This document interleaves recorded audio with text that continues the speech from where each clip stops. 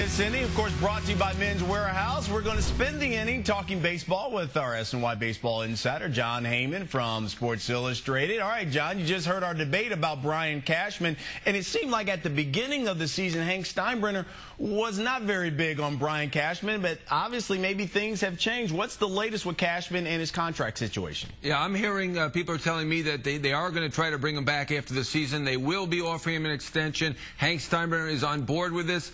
I was told that he wasn't even returning Cashman's calls at times early in the season. Now he's on board with Cashman. Hal's been a supporter all along. Randy Levine is a supporter. So Cashman will be in line for that extension. It's really going to be up to Cashman and what he wants to do. And he is a free agent. He can go somewhere else. There are rumors out there that Pat Gillick may join the hierarchy in Seattle. He's a good friend of Cashman. So there's been some speculation that Cashman could wind up in Seattle. But I think the smart money says he probably comes back to the Yankees with a fat, new, rich extension. Got to tell you, it's pretty interesting in my opinion here, John. Again, I'm not saying that Brian's incapable. He's a good baseball guy who's got a lot of allies, as you correctly identified. But I ask you, transitioning from an old team to a young team, what has Brian really done to show that he's the guy to lead that surge? Well, the history has 3 titles under his belt, so he's got that going for him. With veterans, though, John. Okay, but 3 titles is still pretty good. I got you. You know, he is the engineer, the guy engineering the youth movement. He's the guy who brought Wong and Cano up sooner than other people wanted to. Got it started. He's put an emphasis on youth. Now, this is a long-range project. Obviously, it hasn't served them so well this year, but I think that the Steinbrenner is on board, that it will serve them well. And look at that trade that he made at the deadline. I mean, he got Nady and Marte out from a million teams that were interested in these guys and gave up basically nothing that the Yankees were interested in keeping. So I think that, if anything, certainly impressed his bosses. But I think they were on board even before that. John, I know it's taboo around here to talk about Omar Minaya or the ownership, but let's just be frank about it. How much did his stock plummet with the Willie Randolph firing? And then further, with his lack of doing anything at the deadline to help a bullpen that's bleeding like the Exxon Valdez. He has 1 year left on his deal. Does he come back? And what about Manuel?